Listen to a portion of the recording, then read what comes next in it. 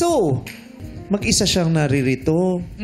Okay ka naman. Kamusta ka ngayon? Nag-iisa ka? Masaya ka ba sa pag-iisa mo? Opo.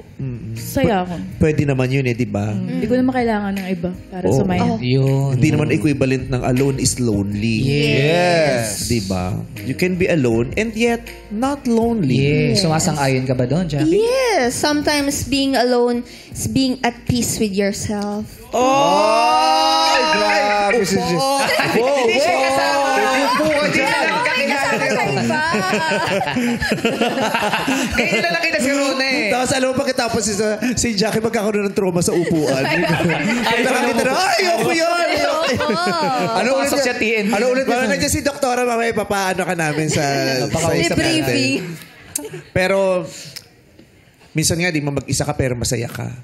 Yung iba nga may kasama pero ang lungkot eh. Totoo. Yeah. Di ba? Malungkot ka ba? Ay, hindi masaya ako ngayon. Bukod din na. At saka hindi ka para magtanong sa akin, hindi ka host. Alam mo, malungkot ka eh. Gusto mo po. Alam mo, malungkot ka. Masaya ako, no? Malayo ang estado ko sa estado mo, kaya nga ikaw nakaupo dyan. Deserve mo yan. Masaya ka siya kayo mag-isa eh. Tsaka tigilan mo ako sa mga pinagsasabi mong mag-isa ka at masaya ka naman. Eh, bakit ako upo ka naman, tagahanap ka ng kadate?